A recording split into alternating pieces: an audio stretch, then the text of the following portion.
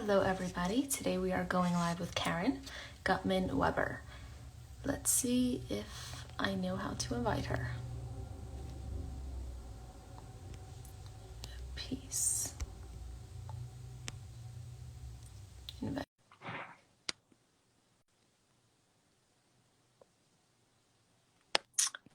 Hello. Hi. Hi. Are we good? I think so. Amazing. I see you, I hear you. One second, let me just make the volume louder.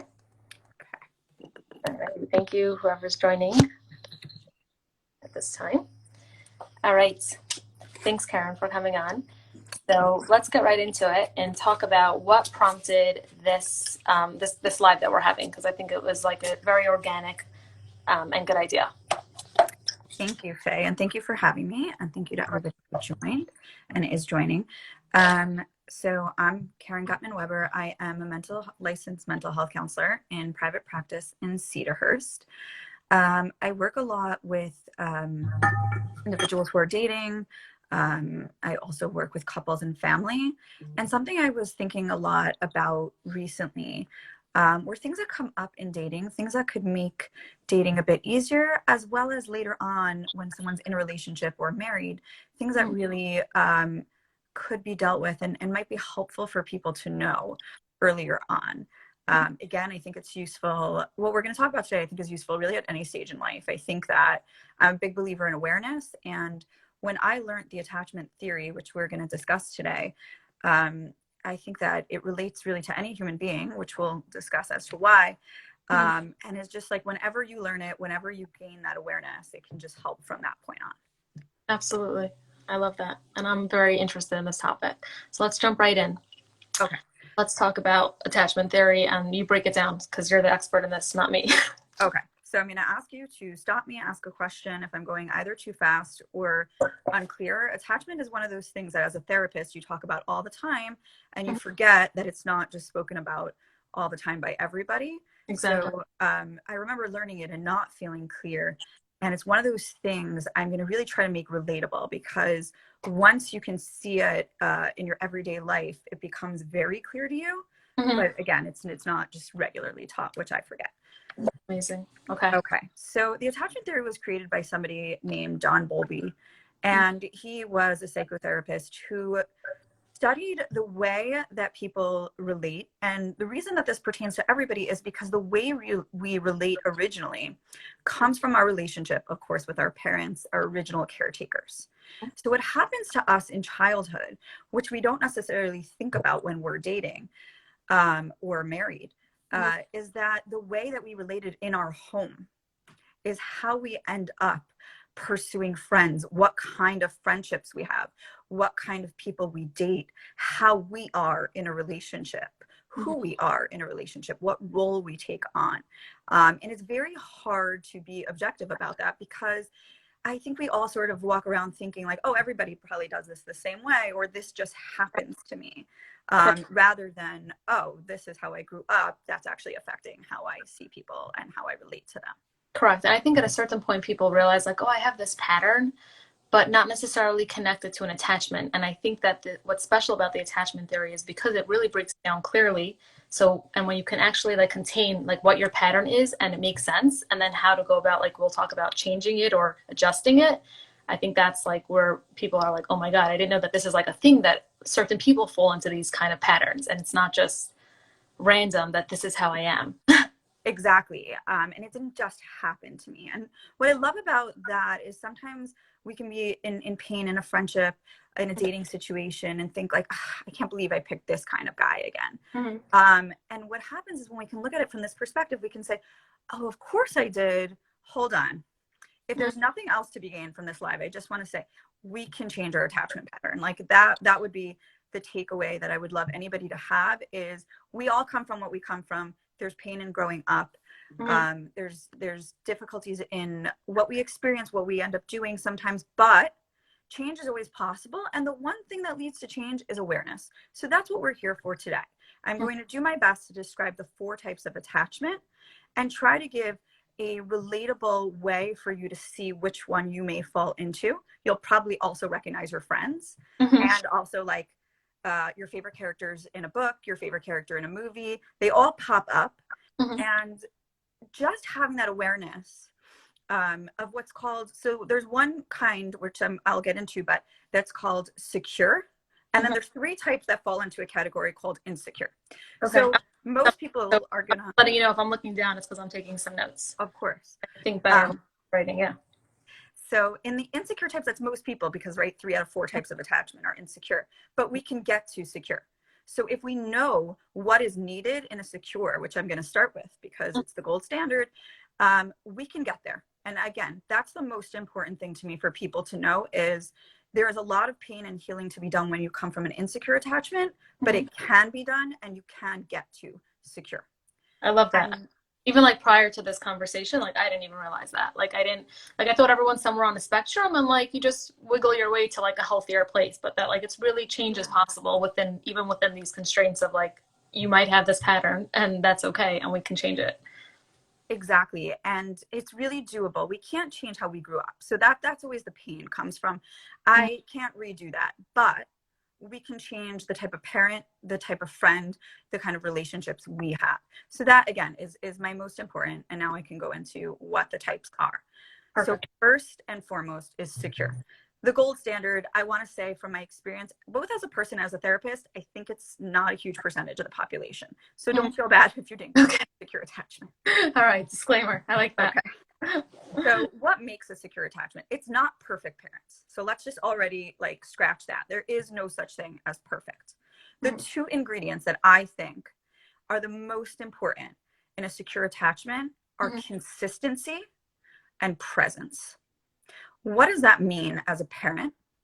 Who might you know to have a secure attachment? These are the kind of people where it's not the mom doesn't work or the dad's always home or they're always saying the right thing. It's that there's a sense from this child that these people are consistent. They are there when they're there. They are there in a way that feels safe to me. And when they're not there, I feel safe because I know mom is away sometimes, but her love is not away from me. She is there when she is not there. And when she is there, she is present, which is a key ingredient. Emotionally present, being emotionally present with anybody in your life changes relationships. So that means I can hear what you have to give. I can validate that. And what's important from a caretaker, which becomes different in other relationships, is I know my role. I'm the parent to the child. I take their feelings in. They don't have to take mine.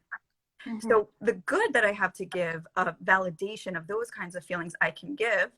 But this is the kind of mom who says, oh, you had a hard day, and doesn't start telling you about her day. This is about you. I'm present with you. Whatever my stuff is, I can put aside for a moment to hear your stuff. That doesn't mean that a secure mom, dad never gets triggered, but they also might notice that, might tell you that, and might then again be present with you and be able to contain themselves for you. So that's the gold standard in relationships. And people who grew up like this, who had the secure attachment, had consistent and validating and contained parents, they will find somebody also who comes from a secure home. So they match up with each other. Question. Yes. When you say consistent, validating, and contained, so is that all under the consistency? Because I thought there were just 2 ingredients, which was consistency and presence. And now I'm like, okay, now there's more ingredients. Yeah, it's really worth for the same thing. Exactly, you're right. It's all the same. Meaning the consistency is not that they're always home or they're always this. It's that they're consistently validating, except for when they mess up, but then they apologize. They're consistently contained, that there's a safe place for, like, that you can talk to them, and if they do get triggered, like you said, they'll let you know, they'll be able to come back and apologize. They're emotionally regulated themselves. Exactly, couldn't say it better. Emotionally regulated, that is the key, that consistent emotional regulation. My stuff doesn't become your stuff. Right, and they understand that there's a 2-way relationship, but it's not an equally 2-way relationship, meaning I'm the parent to you, you're not the parent to me. You can share your emotional burdens with me, but I don't have the same liberty with you because I want to feel safe. Exactly. So in a relationship later on, like a romantic relationship, if somebody has that base, they can contain themselves, They can share their own, but they also know where the boundaries lie. This Mm-hmm. is me, this is you. We're not going to be a codependent force because we each have our base. We're safe. Mm-hmm. So I'm going to give you a fun disclaimer, what I think is a fun disclaimer. You're not going to find this in a rom-com. It's not like the fun relationship, right? So There's there no are drama. not books with these Right. characters. Right. It's not dramatic. It's not dramatic, and therefore, unfortunately, as a society, we don't even know we're looking for this because Mm-hmm. this sounds boring. But Correct. really, when we hear it, right, doesn't that sound beautiful? Right. Like, I keep my own, you keep your own, we share, we validate, but it doesn't just mesh onto each other. We're Mm-hmm. not constantly triggered because we have our basis of Mm-hmm. security, of safety, of knowing what's mine, what's yours, that there can be consistency in life, that there can be safety. So secure, again, it's the gold standard. It's not the typical though, unfortunately. Correct. Now, just a quick question. So, in terms of, let's say, a relationship like a marriage, the people are, it's not exactly like the parent child, even if you're secure and you're going for secure, because there is more of a two-way relationship, correct? Where I'm sharing vulnerabilities with you, you're sharing them with me. Whereas parent child, parent child can share to parent, parent is not necessarily sharing to child. Is that correct? Exactly correct. And the way that it would look, I would say, like for a married couple or a dating couple is, hey, hon, I had a really hard day. Oh, why don't you tell me about it? And Mm-hmm. again, not that I also had a really hard day. Do you want to hear Mm-hmm. about mine? Because I can contain for a moment and then I might share because I'm not the parent. So I have the right here to Okay, I love share, but it's mine and I can hold yours first. I can contain myself. I can regulate. it. Correct. And you saying you had a hard day doesn't necessarily trigger me to right away have to respond about myself or Correct. something else. Correct. There's space for the other. Exactly. Space for the other. Yeah, I love that. Okay. And you Okay. naturally secure people attract or will find a secure partner. Is that like a rule? It is a rule. I don't know if it's like written, but it's definitely been said and not just by me. Okay. Okay. Okay. Very cool. The next two types, I'm going to try to do together because I view them as two sides of the same coin.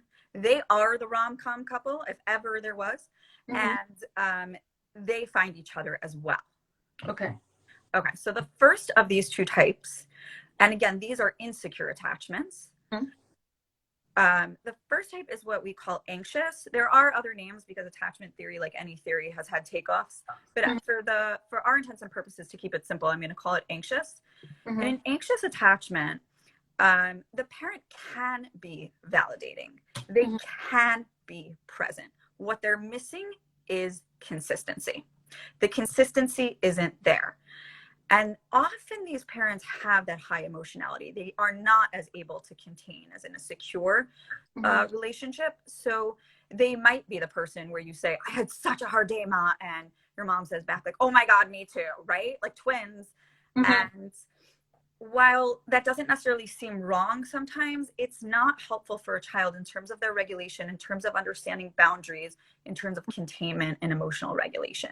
So this kind of parent, the parent in an anxious attachment, is not so consistent. And what we see in small children is if this parent leaves, the child is scared. They're worried. They're not so certain that this person is going to come back and what they'll receive when this person comes back. Are they able to be there for me? Are they going to be somewhat distant? Are they going to make it about them? Is it going to be validating to what I need? So that piece is missing. What we notice also in anxious attachment, these are often families who are enmeshed. Enmeshed is a concept that has to do with boundaries. These are families that don't have many boundaries. Mm-hmm. So what that can look like is when you go to like someone's house and it seems really adorable at the table because they're all talking over each other, but in a fun way, but they all know everything about everybody and they're so close. And isn't it nice how close they are? But then you realize that one sister is saying like, oh, my sister and her husband are in a fight and I know totally what it's about. And you realize that doesn't sound so comfortable. Like, should you know that? Is that really your business? Right. And that's siblings, so it's a little bit different. But from a parent, again, it's that they might not be containing. They might be not necessarily telling their kid like inappropriate things about their life, but about their feelings in a way that could really overwhelm that child. There aren't those appropriate boundaries of your stuff is your own, and kind of staying in that space. So the way that this plays out often in relationships is the anxious party, the anxious partner, often gets called like clingy, Mhm. or a pursuer, they are people who often are said to, in like rom-com language, love the chase, Mhm. because they do feel they're running after something, because there's that lack of consistency, there's that lack of emotional presence from a parent. They're constantly seeking out like a partner So and love. not present, fully present, So they or not want fully presence. present, right? So they think they're looking for it. And what happens is, and we'll get to the avoidant, which is who they end up choosing. The avoidant, when they are saying like, hey, I'm ready, I'm available to you, the anxious person who's not so used to that gets uncomfortable. So this becomes the person who will say something like, I don't know, I date guys and then I do something, I get rejected. Ugh, I hate that I keep getting rejected. Why does that keep happening to me? I really put myself out there. I do remember though, there was this date where I said some really weird stuff. I don't know what came over me.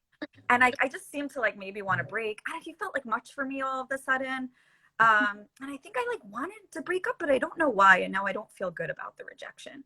That Mhm. pattern is because I want to feel loved. I want to feel secure. I haven't had that experience. So the minute someone says, hey, I'm here, well, I don't trust that. What does that mean? You're here? Okay, so let me test that. Let's see how that goes. So I Mhm. test it. I may say something strange, something like that just doesn't make sense for the situation. I might try to push you away, literally, right, in some way. Mhm. And then you leave. And then I say, okay, well, that's what I expected, right? Because Mhm. I used to tell my mom things. She totally didn't hear it. She wasn't present for me. That was an expectation I had. I said something to her that was even like scarier to see if she could get it. She didn't. Mhm. That's the pattern. That's what I get. So this is anxious, yes? We're This still on is anxious. anxious.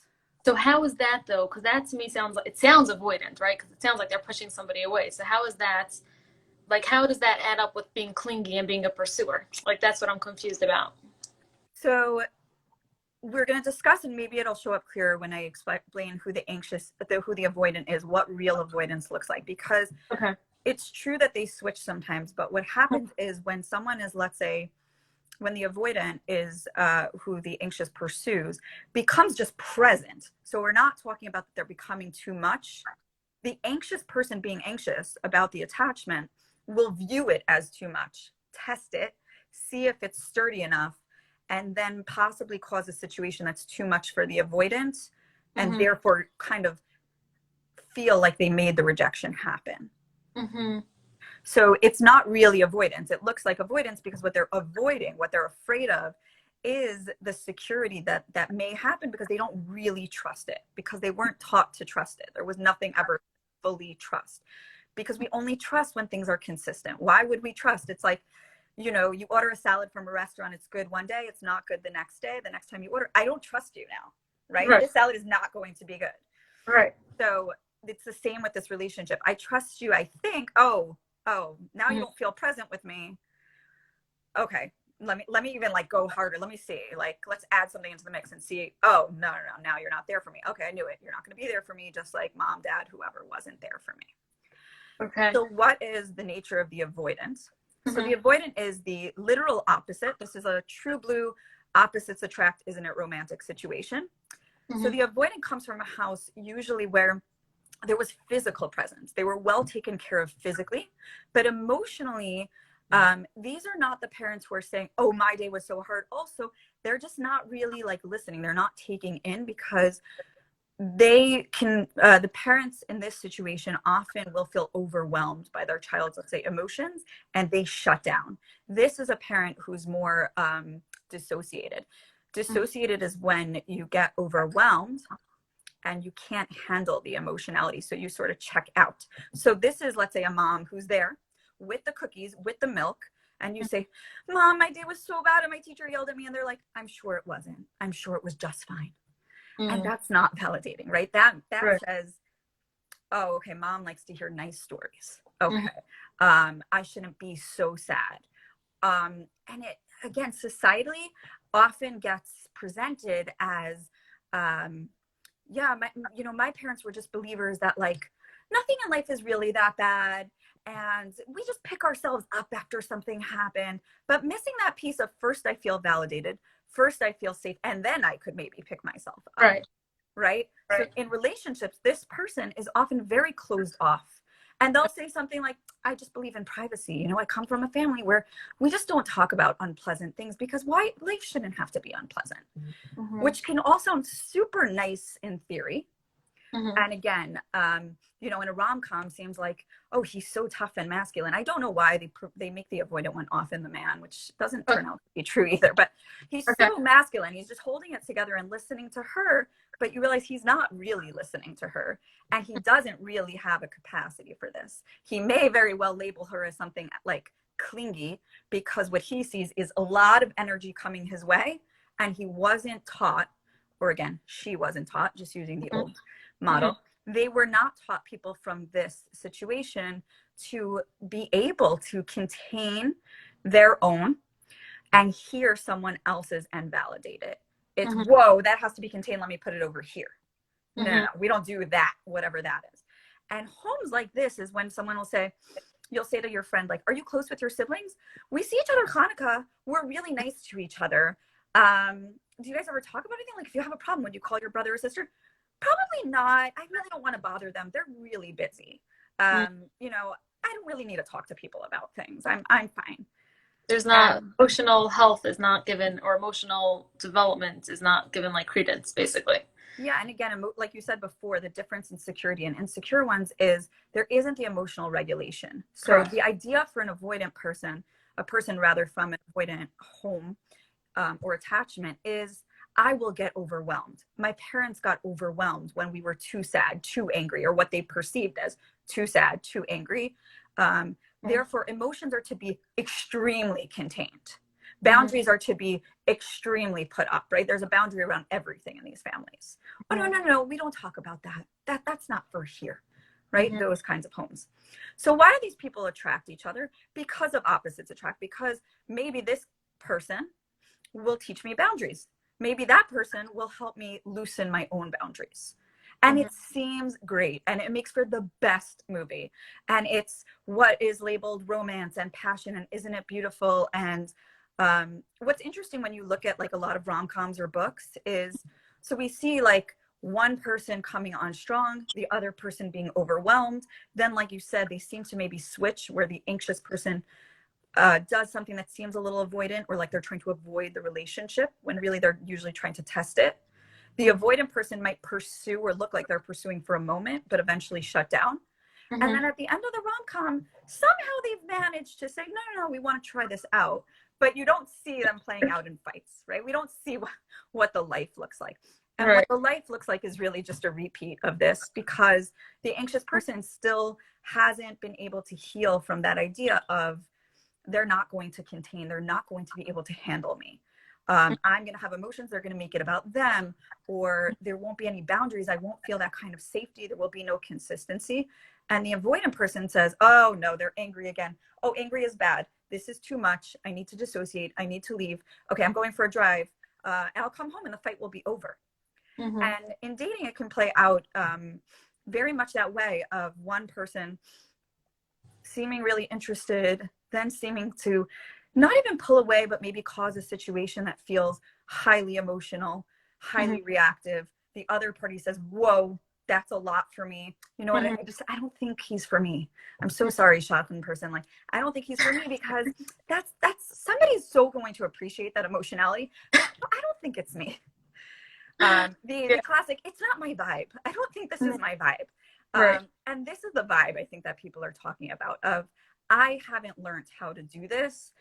This is a lot for me. So whether the pursuing, the withdrawing, and they will both say it, they'll both say, right, they were right. That wasn't my vibe, because I need someone who will accept this much of emotions, or can put down their boundaries a little to connect. And the other person is thinking, I really prefer a ton of boundaries. So this is too much for me.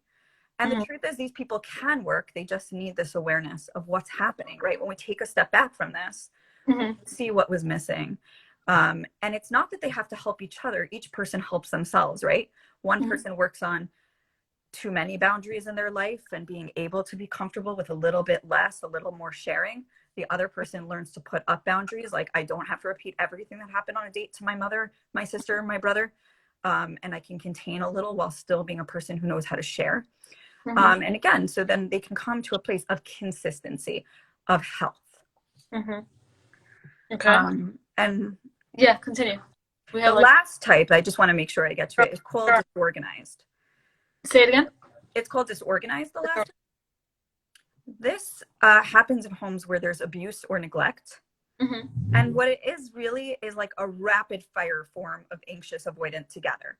So children who come from abuse or neglect really don't know what to expect, because I came home, I was hugged by my parent, told I'm the best, and then smacked in the face, like literally. So there's no consistency here.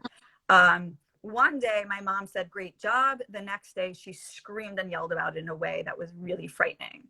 One day I had dinner, the next day I totally didn't have dinner. Nobody was home. Nobody realized that I was coming home. So abuse and neglect, because of their lack of consistency, because people are not abusive or neglectful all the time. So there are little pieces of what feels secure, what feels like the other attachments, but really in the least consistent way. And without warning and without really understanding what is the triggers, can my emotional experience be held, contained, right? That's not happening here. Mm-hmm. So in relationships, somebody from a disorganized home will find another person from a disorganized home. Mm-hmm. Like secure, they will find each other. Okay. And they will kind of repeat everything really quickly. So it can look like anxious avoidant, but it's more rapid and less of like an exact pattern. Like they can keep swapping which one is which. And again, like it's one day I'm anxious, one day I'm avoidant, one day I'm anxious, one day I'm avoidant, because there was nothing consistent. Mm-hmm. So maybe they'll find another disorganized, but their styles are basically disorganized is rapidly switching between avoidant and anxious. Is that true? I Because don't know if it always has to be, but it's basically overall a lack of consistency, mm-hmm.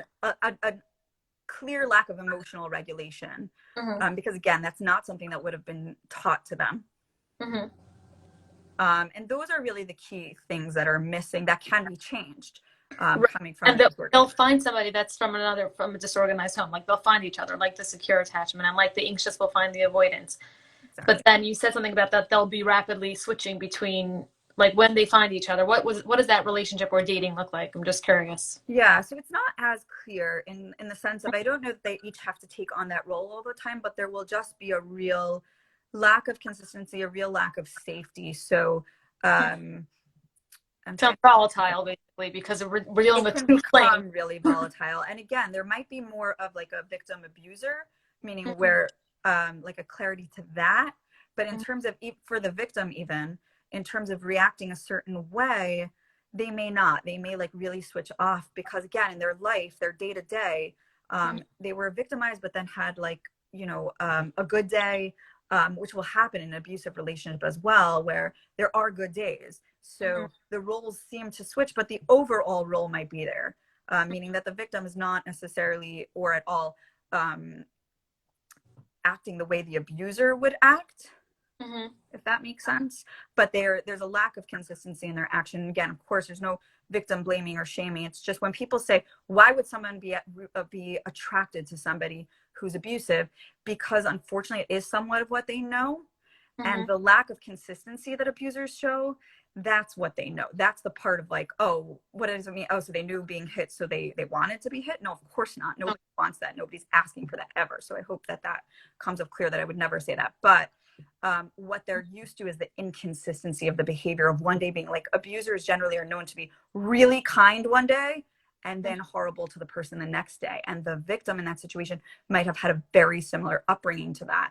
So it feels not just like the norm, but it also feels sort of relatable, sort of like that's what there is out there. That makes sense.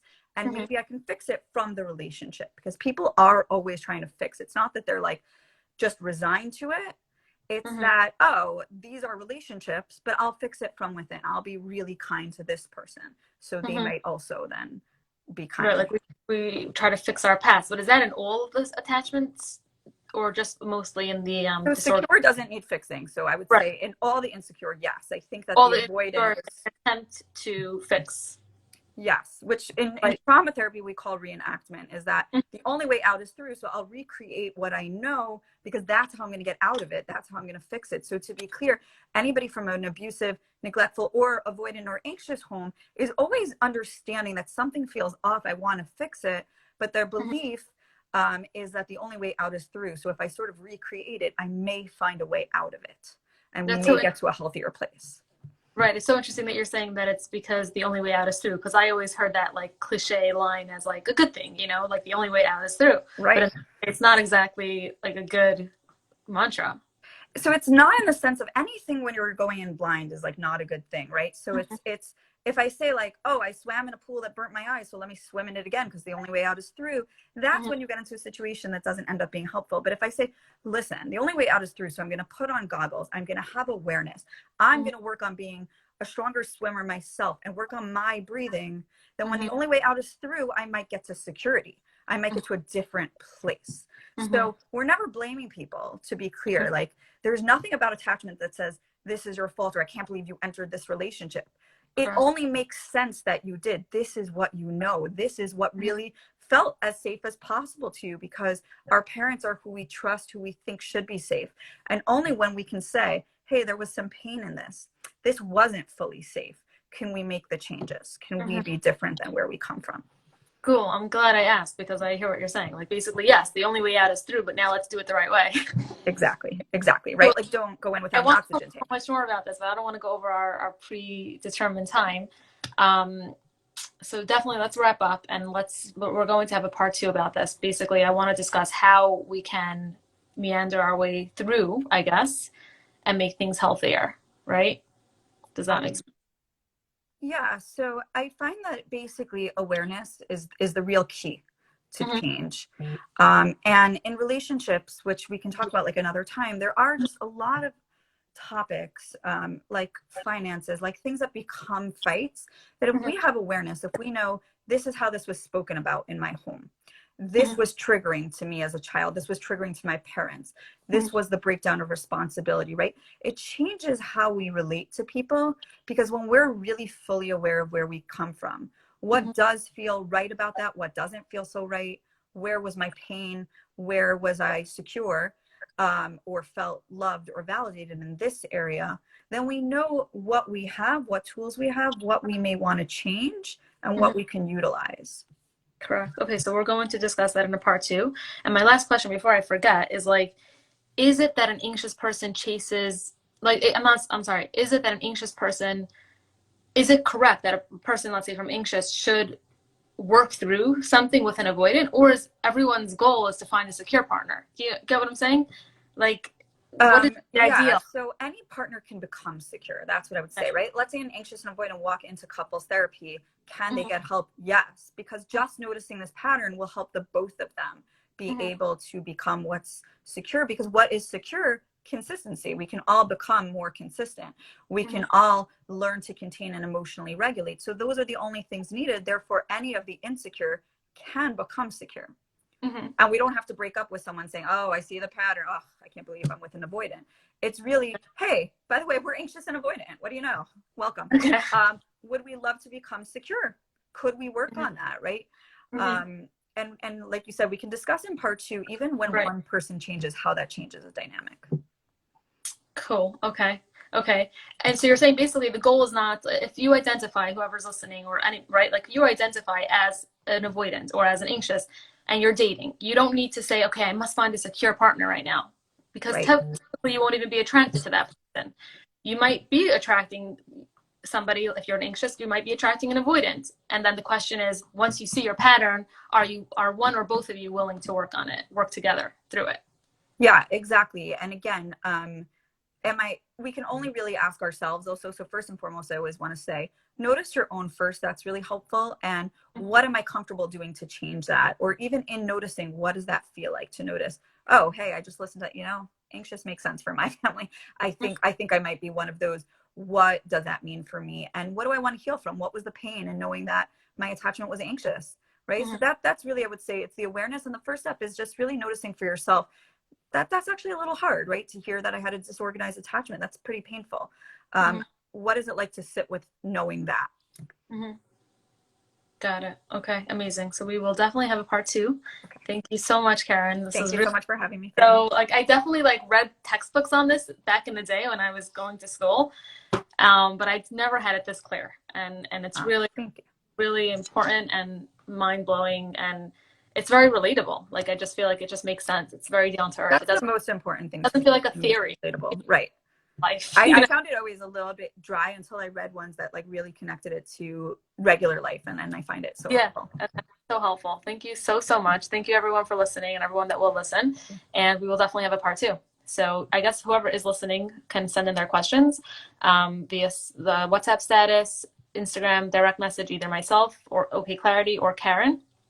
And we will get your questions and we will address them in a part 2, as well as discuss how people can move towards secure. Make sense? Yeah, we're good? Yes. Okay. Yeah. So much, everybody. Have a great rest of the day. Take care. Bye. Bye-bye.